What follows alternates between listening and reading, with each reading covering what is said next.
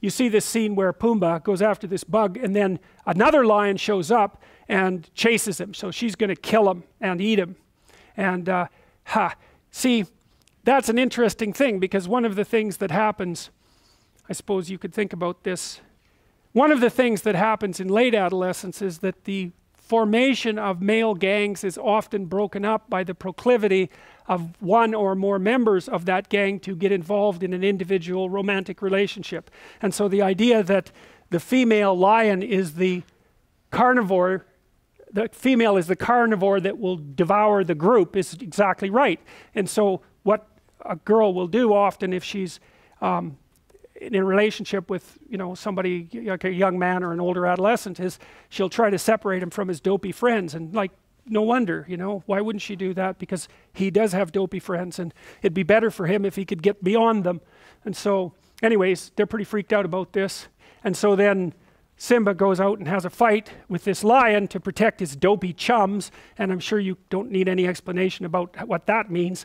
And they have this huge fight, and Nala, who it turns out to be, pins him. And so that goes back to the beginning of the story, where when he first encountered her, she pinned him all the time. She's an anima figure, right? And now what she does immediately is shame him. So he's an anima figure in part. She's an anima figure in part because she actually does shame him, right? So she's the gateway to higher consciousness. She makes him self-conscious, and rightly so. But she's also a psychological figure, because imagine that when a young man is establishing a relationship with a young woman, and he's enamored of her, he's falling in love, he projects an ideal onto her, and that ideal is going to be partially fulfilled by the relationship. The degree to which is unspecified, and sometimes it'll collapse completely. But he projects an ideal onto her, because otherwise he wouldn't be attracted to her, and then the ideal judges him. And so that makes him feel all self-conscious and useless, which is useful because he is useless and should feel that way. And so it's part of the impetus to growing up. So, and of course, you need necessity in order to mature you, because to mature is to take on responsibility, and you're not going to feel that impetus unless adopting the responsibility has some sort of payoff. And women tend to mate across an up dominance hierarchy, so they tend to actually like men who are useful. And so if they encounter a man who isn't useful at all, that's exactly what's going to happen. They're going to not be happy about that in the least. And so, and no wonder, and I think the reason for that, it's an economic and a biological reason. The reason is that women are in the position of having to take care of infants primarily. And an infant is a very heavy load. And so even a woman who's extraordinarily competent is going to find herself substantially limited in her possibilities if she has an infant. And so then she's looking around for someone who'll pick up part of the load.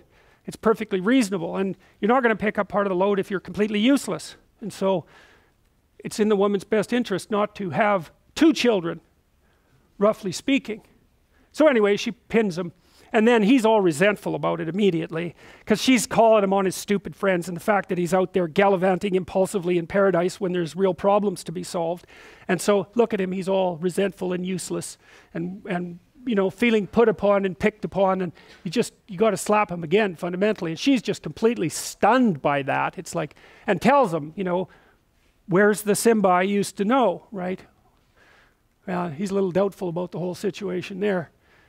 The animators do a very nice job of this part of the movie, because one of the things you see is that his eyebrows are always pointing up in the middle, whereas his father's eyebrows were pointing down in the middle. And so that's the difference between this, which is sort of like things are happening to me, and this, which is more like I'm imposing my will on things. And that's an immature face, and the animators capture that brilliantly.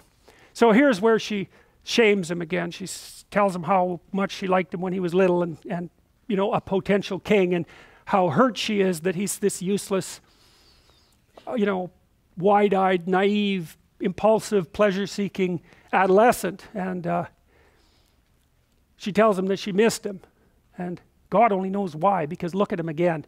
It's like completely appalling creature. And this is when Pumbaa and Timon sing that song about the fact that, you know, their friend's doomed because, you know, this girl's got him. And then they switch into another archetypal scene, and so they're falling in love here. And so the paradisal imagery is really highlighted in the movie. And so they go off and have this like romp, self-reflective romp through this new paradise, and they wrestle around and play, and then he pins her more or less, and she licks him. That's not so good. And this is one of the most brilliant shots, I think, that the animators managed, because she's obviously pushing this a little bit farther than he knows what to do with.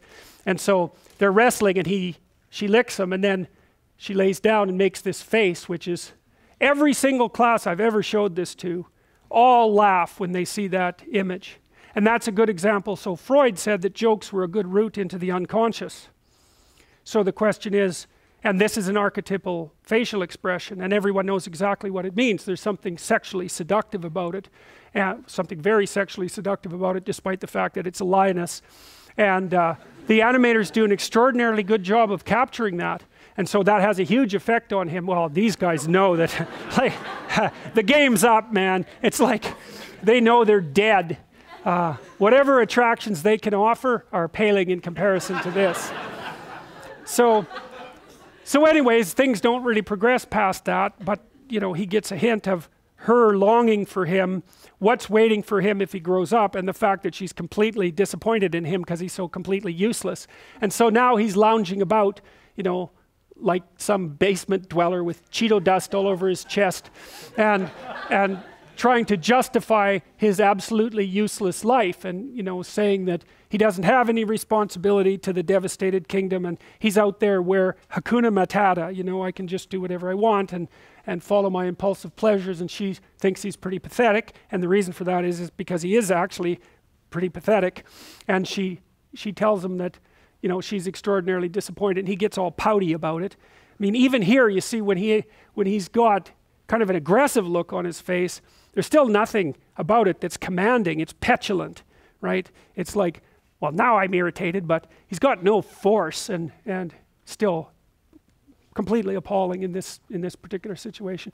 So she judges him very harshly and leaves, and that makes him think. Yeah, he gets all self-conscious because this female that he admires wants to have nothing to do with him, and so he's, first of all, then he thinks, well, maybe I'll just hate all women, which is, you know, pretty pathetic conclusion, but a very common one. And the next is, well, maybe there's actually something wrong with him, right? Which is a very painful bit of self-reflection. So he notes that there's something wrong with him, and then he calls out to his father and says, look, you said you were always going to be here for me, and you're not. And so what's happening is that he's become aware of the insufficiency of his current adolescent value structure, and he wants something beyond it, which would be associated with identification with the father. But he can't find the father. The father's dead. It's like when Pinocchio goes down to the bottom of the ocean to bring Geppetto up from the depths, right? That's the situation that Simba finds himself in right now. The father's gone and has to be brought up from the depths. So this is where the movie takes the archetypal pathway of an initiation ceremony. So he says he wants to change. Now, one of the things Carl Rogers, one of the clinicians that we'll talk about, pointed out was that if someone was going to come to psychotherapy, there's some things that had to happen before they went into psychotherapy. And one thing that had to happen was that they had to admit that there was something wrong, and they had to want to change. You had to have that before you went into the psychotherapeutic situation. And what happens here is Simba is actually, he's dropped his arrogance, and he's looking upward, kind of like Geppetto wishing on the star in Pinocchio. He's looking upwards, he's looking towards something higher, and he wants to transform himself. So he's asked the question, how can I change for the better? And he doesn't get an answer. And then Rafiki shows up. So what does that mean? It means that as soon as you know you're wrong about something, as soon as you admit that you're wrong about something, and you open the door to potential change, that part of you will respond. So, and you know this because, think about this. You're thinking.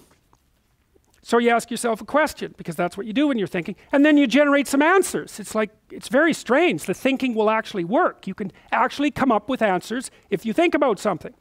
And so this issue is, okay, I thought I was real good in my little impulsive paradise, but then it turns out that I'm just a half-wit, and I noticed that, and I want to do something about it. So the question is now, the question has now been posed.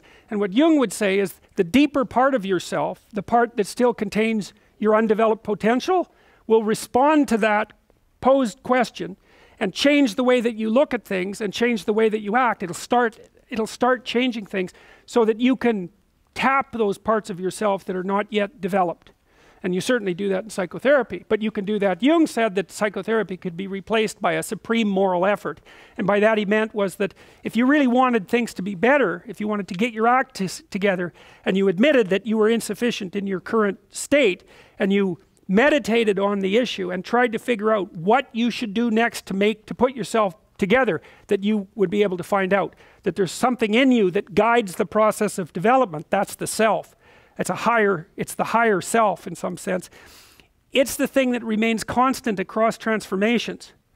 You know, because you're somewhere, then you fall apart, then you get somewhere else. But there's something outside of that that's guiding that process.